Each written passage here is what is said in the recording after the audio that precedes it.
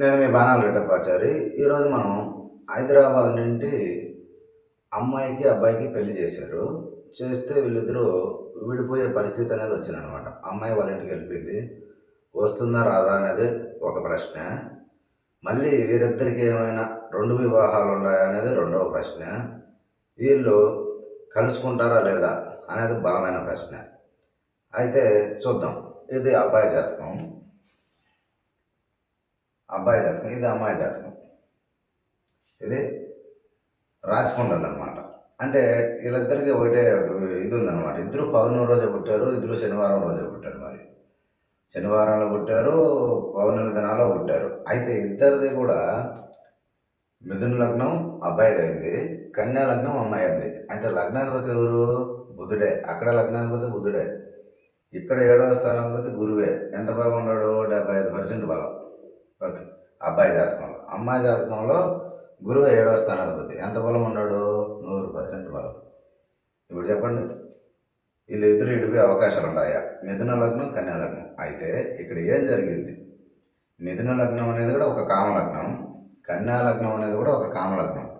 ఈ కామరాశులు 3, ఇది మిథునము, కన్యా, తుల. అయితే ఇక్కడ మిథునంలో శని వచ్చి నిలబడినాడు, ఇక్కడ లగ్నం వచ్చి కామలగ్నం అయింది అమ్మాయికి. గురువు 7వ స్థానాధిపతి ఉత్సవంలో ఉంటాడు. అయితే గురువు ఉత్సవంలో ఉండి మళ్ళీ నవాంశలో అశ్లేష 2 మీద ఉండడం వల్ల నవాంశంలో నీచమైనాడు అనమాట. అదే అమ్మాయి పరిస్థితి.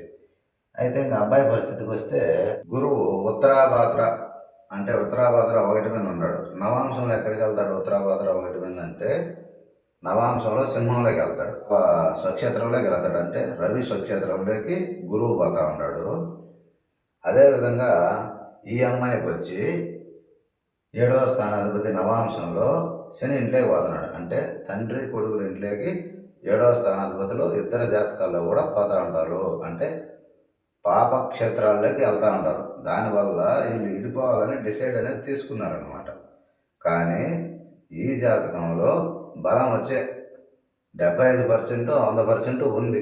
అమ్మాయి జాతకంలో ఇట్లా ఉండడం వల్ల అబ్బాయికి గురు మహాదశ స్టార్ట్ అయింది. ఎప్పుడు? 2026 11వ నెల తర్వాత స్టార్ట్ అవుతుంది, ఇంకా స్టార్ట్ అవ్వాల. అయితే అమ్మాయి జాతకంలో శుక్రమహాదశ ఎప్పటి నుండి స్టార్ట్ అయిందంటే 2014 11వ నెల నుండే స్టార్ట్లో ఉంది. అంటే ఇప్పుడు అంతర్దశల్లో, శుక్రదశలో అంతర్భుక్తిలో వచ్చి గురువు 2027 8వ నెల దాకా ఉన్నాడు. అంటే ఎప్పుడు స్టార్ట్ అయినాడు? గురువు వచ్చి 2025 స్టార్ట్ అయినాడు. అప్పుడే వివాహం జరిగింది. అంటే ఈ సంవత్సరంలోనే వివాహం జరిగింది. వివాహం జరుగుతానే కొంతకాలానికి ఈ అమ్మాయి వచ్చి వాళ్ళ పుట్టింటికి వెళ్ళిపోయింది. ఎందుకు వెళ్ళిపోయింది?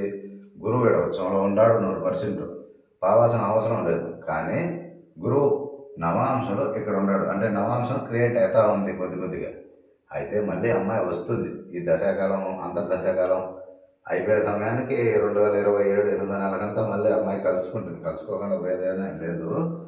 ఆ అంతర్దశల్లో వచ్చినప్పుడల్లా ప్రతిసారి ఆ విధంగా జరుగుతుంది.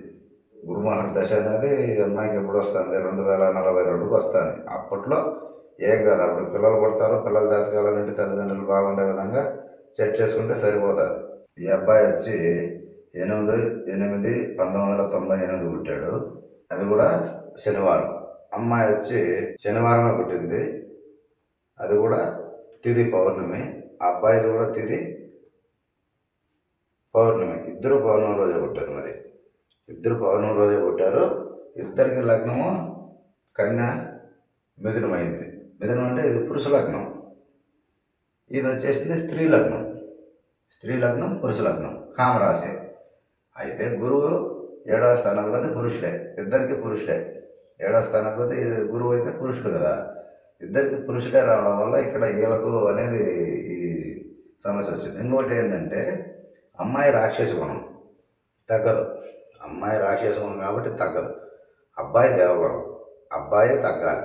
తగ్గితే అమ్మాయి తగ్గే అవకాశాలు అయితే ఎటువంటి పరిస్థితుల్లో ఉండవు. అయితే అబ్బాయి వచ్చేసింది ఏం నక్షత్రము? శ్రవణ నక్షత్రం 3వ పాదం. అమ్మాయి వచ్చేసిందే జ్యేష్ఠ నక్షత్రం 3వ పాదం. జ్యేష్ఠ శ్రవణం ఎంత? ఇక్కడ శ్రవణం, ఇక్కడ జ్యేష్ఠ ఉంటుంది. అంటే వృశ్చిక రాశి, మకర రాశి. వృశ్చిక రాశికి మకర రాశికి మిత్రుడు అంటే సముడు. ఒక విధంగా కుజుడికి శని మిత్రుడు కావచ్చు, శనికి కుజుడు సముడు కావచ్చు, లేదా ఈ విధంగా అంటే శత్రు రాశులేమీ కాదు ఇవి, సమము లేదా మిత్రస్థానం అవుతుంది. అబ్బాయికి వచ్చి 6వ రాశిలో నుండి వివాహం అనేది జరిగింది. లగ్నం ఇదైంది, అమ్మాయి 6వ రాశిలో నుండి వచ్చింది. ఓకే, రాశి నుండి తీసుకుంటే 11వ స్థానం అవుతుంది. రాశి నుండి 11వ స్థానం అంటే లాభస్థానమే, అంటే వివాహం చేసుకోవచ్చు. ఓకే, ఇప్పుడు అమ్మాయి దాంట్లో నుండి తీసుకుందాం. అమ్మాయి దాంట్లో నుండి అబ్బాయి ఎక్కడ వచ్చాడు? 1, 2, 3, 4, 5, 5వ స్థానం నుండి వచ్చాడు. అమ్మాయి వదులుకునే పరిస్థితులు అయితే లేదు, కానీ రాక్షస గుణం కాబట్టి కొంచెం బెదిరించే అవకాశాలు అనేవి ఎక్కువగా ఉంటాయి. లగ్నం నుండి కానీ రాశి నుండి కానీ ఎవరికైనా 5, 9 స్థానాల్లో నుండి వివాహాలు జరుగుతాయని నేను ఎన్నోసార్లు చెప్పాను. ఈ అమ్మాయి రాశి నుండి కూడా 3వ స్థానంలో వివాహం అయింది. ఈ అబ్బాయి రాశి నుండి 11వ స్థానం, అంటే అమ్మాయి స్వల్ప శత్రువుగా చూస్తుంది అబ్బాయిని. అబ్బాయి వచ్చి లాభస్థానాధిపతిగా అమ్మాయిని చూసే అవకాశం అయితే ఉంది. ఓకే, ఈ రాక్షస గుణం లేడీ, ఇక్కడ కోతి లేడీకి పొంతన ఉందా? పెద్ద పొంతనం లేదు కదా. రాక్షస గుణానికి దేవగుణానికి పొంతన ఉందా? పొంతన లేదు కదా. కానీ పురుషుడు దేవగుణం కాబట్టి కొంచెం తట్టుకుంటాడు, అమ్మాయి వల్ల తట్టుకొని నిలబడాల్సిన పరిస్థితి అనేది వస్తుంది. అదే పురుషుడు రాక్షస గుణం అయింది, అమ్మాయి దేవగుణం అంటే కొంచెం అబ్బాయిదే పవర్ అనేది ఎక్కువగా ఉండేది. ఆ విధంగా కూడా మనం చూసుకోవాల్సిన పరిస్థితులు అనమాట. అయితే అబ్బాయి ఉత్తరాభద్ర, గురువు వచ్చి ఉత్తరాభద్ర మీద ఉన్నాడు గురువు. ఈమెకు వచ్చేసింది గురువు అశ్లేష మీద ఉన్నాడు. అశ్లేష మీద ఉంటే ఏమవుతుంది? అమ్మాయికి అశ్లేష నక్షత్రం మీద 7వ స్థానాధిపతి ఉంటే, ఇంతకుముందు ఒక వీడియో చేశాను నేను, బుధ నక్షత్ర సారాల మీద ఉంటే అధిక లేని కామసుఖం అనేది ఇలా కావాలి. ఫస్ట్ ఎవరికి? అమ్మాయికి కావాలి. అబ్బాయి శని నక్షత్ర సారాల మీద ఉన్నాడు కాబట్టి ఇక్కడ దాంపత్యంలో శారీరక సుఖం అనేది తక్కువగా ఉంది అబ్బాయి వల్ల అమ్మాయికి అనేది మనం తెలుసుకోవచ్చు. ఇది వీళ్ళ పరిస్థితి. అయితే కలుస్తారంటే కలుస్తారు. ఈ శారీరక సంబంధాలు కొంచెం పక్కన పెడితే బాహమైన సంబంధాల కోసం ఆల్రెడీ ఒక పిల్లలు ఏదైనా ఒకరు పుట్టారంటే ఆల్రెడీ కలిసిపోయి వీళ్ళు జీవించే అవకాశం అయితే ఉంది. ఇద్దరికి గురువు 7వ స్థానాధిపతి కాబట్టి మ్యాక్సిమం 90% కూడా కలిసే బతుకుతారు. అదేవిధంగా శుక్రుడు ఏమన్నా బలం ఉన్నాడంటే అమ్మాయి జాతకంలో కూడా శుక్రుడు పాపులతో కలిసి ఉన్నాడు. శుక్రుడు పాపులతో కలిస్తే ఫ్రెండ్షిప్ అనేది ఎక్కువ ఉంటారనమాట, స్నేహితులు. ఈ అబ్బాయికి శుక్రుడు ఈయన కూడా పాపులతో కలిసి లగ్నంలోనే ఉన్నాడు. అంటే ఇట్లా ఉండడం వల్ల ఏమవుతుందంటే ఈ అబ్బాయికి కూడా చెడు స్నేహితులు, స్త్రీలు కావచ్చు, ఆ అమ్మాయికి పురుషులు కావచ్చు, అంటే చెడగొట్టే వాళ్ళు అనేవాళ్ళు ఉంటారనమాట. అంటే బాగుపడుతూ ఉంటే ఏదో కారణం చేత సంసారంలో ఇబ్బందులు స్నేహితుల వల్ల కానీ స్నేహితుల రూపంలో కానీ వస్తాయి. కాబట్టి వాళ్ళ మాటలు వీళ్ళ మాటలు వదిలేసి మీ సంసారాలు మీరు చేసుకోవాలనుకున్నప్పుడు ఈ సంసారం బాగుపడుతుంది. ఫస్ట్ ఇది. ఇంక రెండోది వచ్చి అబ్బాయికి వాళ్ళు ఏమడిగారంటే ఏమేమి జాబులు ఉంటాయి ఏమేమి అని అడిగారు. గురువు 10లో ఉన్నాడు కాబట్టి మిక్కిలి అదృష్టం, పూర్వీక ఆస్తి లేదా ఎవరైనా తీసుకోవడం ద్వారా, పూర్వీక ఆస్తి లేదా ఎవరి దగ్గర నుండి అయినా తీసుకోవడం ద్వారా వారి పూర్తి ఆస్తికి వారసత్వం అనేది, అంటే ఏమైనా వారసుడిగా ఎవరైనా తీసుకున్నా వాళ్ళ ద్వారా పూర్తి ఆస్తి అనేది ఇతనికి వారసత్వంగా లేదా ధర్మ స్థాపనముల మూలంగా నిధి దొరకడం అవకాశం అనేది ఉంది. అయితే సంపదలు సమకూర్చే సామర్థ్యము, విలువైన జీవనము, మత గురువుల గుడిలో అర్చకులుగా చేసే అదృష్టము, లాయరు, ఆర్థిక న్యాయశాఖ మంత్రి, బ్యాంకు ఉద్యోగము మొదలగు పదవులు కలిగే అవకాశము, ప్రభుత్వ బిరుదులు పొందే అవకాశము, దీర్ఘాయుషు ఈ జాతకుడికి ఉంది. ఈ అబ్బాయికి ఉంది. ఓకేనా? ఇప్పుడు ఈ అమ్మాయి గురువు ఆశ్లేషం మీద ఉన్నాడు కాబట్టి బుద్ధి కలిగిన అమ్మాయి. ఒక విధంగా తీసుకుంటే మనం గురువు బుద్ధి కలిగిన అమ్మాయి అంటే 7వ స్థానాధిపతి అట్లా ఉండడం మంచిదే. కానీ నీచం అయిపోయినాడు కాబట్టి భర్తను వదిలేసిపోయింది. భర్త ఈ అమ్మాయికి ఎక్కువగా ప్రాధాన్యత అనేది ఇస్తే చనిపోయే పరిస్థితికి అనేది వస్తుంది. భర్త ఈ అమ్మాయికి ఎక్కువగా డీప్గా లవ్లో ఉంటే కానీ ఈ అమ్మాయి ఇలా చేసింది, ఈ అమ్మాయి లేకుండా నేను చచ్చిపోవాలి, సూసైడ్ చేసుకోవాలనుకుంటే ఆన్ ద స్పాట్లో చచ్చిపోతారు. కాకపోతే కొంతకాలం అంటే ఆ దశ అయిపోయేదాకా ఇక్కడ 2027 8వ నెల అయిన దాకా ఓపిక అనేది ఉంటే సహనంతో మళ్ళీ ఆ అమ్మాయి వచ్చి కనెక్ట్ అవుతుంది. ఇప్పుడు కనెక్షన్ కాకపోయినా. రెండో వివాహం అయితే ఈ అమ్మాయి కూడా లేదు, ఈ అబ్బాయి కూడా లేదు. ఎందుకు లేదంటే 7వ స్థానాధిపతి 75% బలం, 11వ స్థానాధిపతి వచ్చి కుజుడు ఎక్కడ ఆ లగ్నంలో ఉన్నాడు, ఏం పెద్ద ఉపయోగం లేదు. అయితే ఈ అమ్మాయికి వచ్చి 7వ స్థానాధిపతి 100% బలం. నేను 11వ స్థానాధిపతిని తీసుకుంటే చంద్రుడు నీచమైపోయినాడు, రెండో వివాహం లేదు. కుటుంబ స్థానాధిపతి పోయి పాపగ్రహాలతో కలిసినాడు.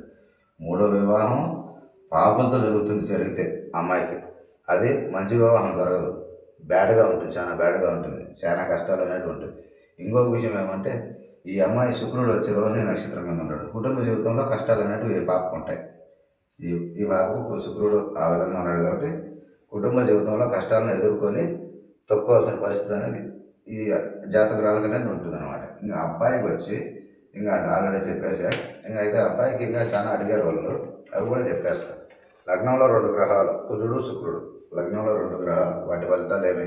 కుజుడు శుక్రుడు ఉంటే శుభములు కలిగిన వారు, అనవసరముగా కష్టపడేవారు, ఏమార్చే స్వభావం చేసిన మంచిని మరిచిపోయేవారు కాదు, వీరము ధీరము కలిగి జయము కలవారు. ఈ 2 గ్రహాలు లగ్నంలో ఉంటాయి. ఇంకా కుటుంబ స్థానంలో 2 గ్రహాలు రవి బుధుడు ఉంటారు కదా, వాళ్ళ గురించి కూడా తెలుసుకున్నాం. రవి బుధుడు ఉంటే ఆస్తి అంతస్తు లేనివారు, దుష్ట స్వభావము కలిగిన వారు, పని మనసులో ఉన్నను అన్నుల చేత బాధపడేవారు, అధిక శోకమును కలిగిన వారు. ఈ విధంగా ఉంటే ఆ విధంగా ఆ దశల్లో అటు జరుగుతారన్నమాట. ఇంకా రాహు 3లో ఉంటే గొప్ప సామర్థ్యము, బుద్ధి కుశలత, దీర్ఘాయుసు, స్త్రీల మీద వ్యామోహము, ఆలస్య సంతాన వృద్ధి, అన్నుల ద్వారా సంపాదన కలిగి ఉండడము, సహోదరుల దోషము, తనతో పుట్టిన వారితో విరోధము, కొన్ని సందర్భాల్లో చెవునొప్పి, సంగీత ప్రియులు. ఇది లగ్నం అంటే 3లో రాహు ఉంటే ఇది పరిధి.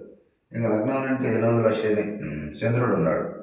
అయితే లగ్నం అంటే 8వ స్థానంలో చంద్రుడు ఉంటే విధి వలన కష్టములు, విధి వలన ప్రేమ నిండిన హృదయం, సన్నటి దేహము, విరోధుల మరియు అప్పుల వలన కష్టములు, నీటి గండములు, ఆస్తి నష్టము, ఆందోళనకరమైన జీవితము, తక్కువగా పుత్రభాగ్యము, భార్య ఆస్తి, కంటి జబ్బు, ఇవి ఉంటాయి. 8లో చంద్రుడు ఉంటే. ఇంకా 9లో కేతు ఉన్నాడు కదా, అది కూడా చూద్దాం. కేతు ఉంటే తండ్రికి ఆయుష్ భంగము, 9లో కేతు ఉంటే తండ్రికి ఆయుష్ భంగము, అనుకోని ఖర్చులు, సన్యాసి అగు అవకాశము, జ్ఞాన చింతన, నాస్తికత్వము, లోతైన మనస్తత్వము, పేదరికము, ఇతరులను అసహించుకునే కార్యములు, 2వ భాగ జీవితంలో సంపదలు. వీళ్ళకంతా 2వ భాగ జీవితం అంటే 30-35 అటు దాటితే 2వ భాగ జీవితం అనేది అవుతుంది. అదే చెప్పాను కదా, అమ్మాయి వచ్చి కనెక్ట్ అయిన తర్వాత ఈ అబ్బాయిలకు మళ్ళీ సెట్ అవుతుంది. అంటే వీళ్ళకిద్దరికి ప్రవేశి కావాలి. ఇక్కడ ఏం జరుగుతుందంటే ఉమ్మడి కుటుంబం అనుకుంటా వీళ్ళ పరిస్థితులు బట్టి, వీళ్ళు చెప్పిన దాన్ని బట్టి ఆలోచిస్తే ఇది ఉమ్మడి కుటుంబం. ఉమ్మడి కుటుంబంలో ఏం జరుగుతాయంటే శారీరక సంబంధాలు అనేటివి కొత్తగా పెళ్ళైన వాళ్ళకి ఇక్కడ కనెక్షన్ సరిగా ఉండదన్నమాట. కాబట్టి వీళ్ళిద్దరికి ప్రవేశించి కొద్దిగా ఒక పక్కీలైనా తీసి పెట్టడం వల్ల వీళ్ళకు దాంపత్య సుఖము ప్లస్ కలయిక అనేది బాగా వస్తుంది. అది కూడా ఈ దోషం అనేది ఉంది. గురుగ్రహానికి దోష పరిహారం చేస్తే సరిపోతుంది. అమ్మాయి దాంట్లో వాళ్ళు చేపించరు కాబట్టి అబ్బాయి వాళ్ళే చేపించడానికి అవకాశం ఉంటుంది. ఇంకైతే గురువు అక్కడ పోయి ఒంటరిగానే ఉన్నాడు, గురువు ఇక్కడ ఒంటరిగానే ఉంటాడు. ఈయన రాశిలో గురువు అక్కడే కలత్ర స్థానం, ఎవరితో కలవాల. ఆమె రాశిలో గురువు అక్కడ 7వ స్థానాధిపతి, భర్త ఎవరితో కలవాల. ఇక్కడ భర్త భార్య కూడా ఎవరితో కలవాల. కాబట్టి ఈ దాంపత్యం అనేది చాలా కాలం బదలంగానే ఉంటుంది. ఇబ్బంది అయితే ఏమీ లేదు. కొద్దిలో అంటే ఈ శారీరక సంబంధాలు కొంచెం వయసులో ఉన్నప్పుడు పెద్ద చిన్న ఉంటారు కదా, ఈ ఉండేటప్పుడు ఏమవుతుందంటే ఆటోమేటిక్గా వీళ్ళకు కోరిక కలిగినప్పుడు కానీ ఈ సమయ సందర్భానికి ఈ కనెక్ట్ కాకపోవడం. ఇది కొన్ని ఇప్పుడు ఏ సినిమా అదేదో రాజేంద్ర ప్రసాద్ ఉంది కదా, సంసారం సదరంగంలో రాజేంద్ర ప్రసాద్ భార్య కొన్ని పరిస్థితులు ఫేస్ చేస్తారు కదా, ఆ విధంగా కూడా ఉండొచ్చు. అంటే ఆ విధంగా ఉంటుంది. కాకపోతే అబ్బాయి మంచోడు, అమ్మాయి మంచిదే, చెడ్డోళ్ళు మనం చెప్పడానికి లేదు ఇక్కడ. ఎందుకంటే ఇద్దరు కూడా మంచి నక్షత్రాల మీద జన్మించినారు. అమ్మాయి వచ్చి జ్యేష్ఠ నక్షత్రం, బుధ నక్షత్రం, బుద్ధి కలిగిన అమ్మాయి. అబ్బాయి వచ్చి చంద్ర నక్షత్రం, శ్రవణ నక్షత్రం. అంటే మంచి అబ్బాయి, మనస్తత్వం బాగుంటుంది. ఇద్దరు గుణాల్లో వేరు కానీ బుద్ధిలో ఇద్దరు ఒకటే. అయితే ఇది వీళ్ళ పరిస్థితి ఈ విధంగా ఉంటుందన్నమాట. ఈ విధంగా ఉన్నప్పుడు పెద్దవాళ్ళు అర్థం చేసుకొని వాళ్ళకు వారుగా సపరేట్గా తీసివ్వడం వల్ల వీళ్ళ దాంపత్యం అనేది బాగుండేదే అవకాశం అనేది ఉంటుంది. వీళ్ళిద్దరూ కలిసే జీవిస్తారు. అదేమ్మా పరిస్థితి. ఆమెకు రెండో వివాహం లేదు, మూడో వివాహం ఉంది, అది కూడా పాపలతో ఉంది. చాలా కష్టమైన జీవితం అయిపోతుంది. శుక్రుడు రోహిణి నక్షత్రం మీద ఉంటే ఎవరికైనా స్త్రీకైనా పురుషులకైనా ఆ కుటుంబ జీవితంలో చాలా కష్టాలు ఉంటాయి. అదేవిధంగా అబ్బాయికి కూడా కలత్ర స్థానాధిపతి శని నక్షత్రాల మీద ఉండి మళ్ళీ ఫస్టే చెప్పాను కదా ఎక్కడ రవి ఇంట్లోకి పోయాడు, అమ్మాయికి నవాంశంలో వచ్చి శని ఇంట్లోకి పోయాడు. అంటే తండ్రి కొడుకుల ఇంట్లోకి ఇద్దరు 7వ స్థానాధిపతులు ఇద్దరు కూడా నవాంశంలో అక్కడికి వెళ్ళారనమాట. అక్కడికి వెళ్ళడం వల్ల ఈ ప్రాబ్లమ్స్ అనేది వచ్చాయి. కాబట్టి గురుగ్రహ ప్రభావము ఇది పరిస్థితి. అయితే మీకు కలత్ర దోషాలు అయితే ఏమీ లేవు. మీరు ఏదన్నా కొంచెం శాంతి కానీ కలత్రానికి సంబంధించిన శాంతి శనిగ్రహానికి గురుగ్రహానికి చేసుకుంటే లేదా శుక్రగ్రహానికి చేసుకునే కూడా సరిపోతుంది. మళ్ళీ ఇంకొకటి ముఖ్యమైన విషయం ఏంటంటే వీళ్ళకు 2వ తేదీ వివాహం చేశారు. 2/11/2029లో వివాహం జరిగితే అది మళ్ళీ పునర్వివాహానికి దారితీస్తుంది. కాబట్టి ఈసారి వీళ్ళకు మ్యారేజ్ మళ్ళీ దండలు మార్పించి ఎప్పుడో ఏ లగ్నంలో వీళ్ళది మిథున లగ్నం అబ్బాయి, అమ్మాయిది కన్యా లగ్నం.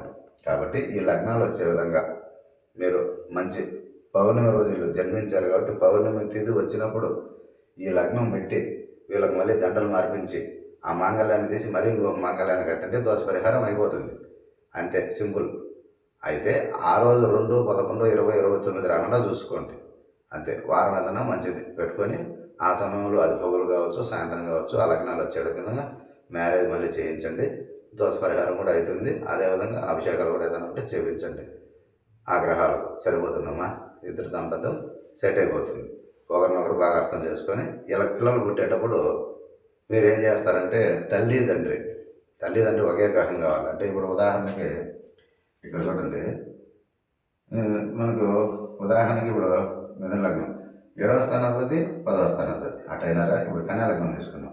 ఈ అమ్మాయికి మాతృస్థానాధిపతి 7వ స్థానాధిపతి అంటే ఇద్దరు ఒకటి. తల్లి భర్త ఇద్దరు కూడా ఉన్నారు 100%. అంటే తల్లి ఏం చెప్పినా ఈ పాప వింటుంది, అలాగే భర్త ఏం చెప్పినా ఏం లేదు. ఎందుకంటే భర్త తర్వాత వచ్చినవాడు కదా, తల్లి ముందు నుండి ఉంది కాబట్టి తల్లి మాట వింటుంది. ఆ విధంగా ఒక పిల్లవాడి జాతకంలో కూడా తల్లి తండ్రి ఇద్దరు ఒకే గ్రహం అయ్యే విధంగా మనం ఇది చేయొచ్చు అనమాట. ఎలా చేయొచ్చు అనేది తర్వాత చెప్తా, ఇంకొక వీడియోలో చెప్తా. ఇది వీడియో లెంత్ అయిపోతుంది. ఎప్పుడు పిల్లలు జన్మించేటప్పుడు ఒకే గ్రహం బలం ఉన్నప్పుడు తల్లిదండ్రి ఆ లగ్నంలో పెట్టి మనం బలం చూపిస్తే తల్లిదండ్రులు ఇద్దరు విడిపోయిన వారు కూడా కలిసే అవకాశం అనేది ఉంటుంది. అందుకే పిల్లలు పుట్టిన తర్వాత వాళ్ళు తల్లిదండ్రులు కలుస్తారు, కొందరు విడిపోతారు. అది కారణం. అది కూడా పిల్లల జాతకంలోకి వస్తుంది. ఎంత గలాటలు పడే జీవితమైనా కూడా పిల్లలు పుట్టిన తర్వాత ఒక విధంగా ఉంటుంది, పుట్టకముందు ఒక విధంగా ఉంటుంది. ఉంటానమ్మా. నేను మీ రెడ్డప్పాచారి. నమస్కారం.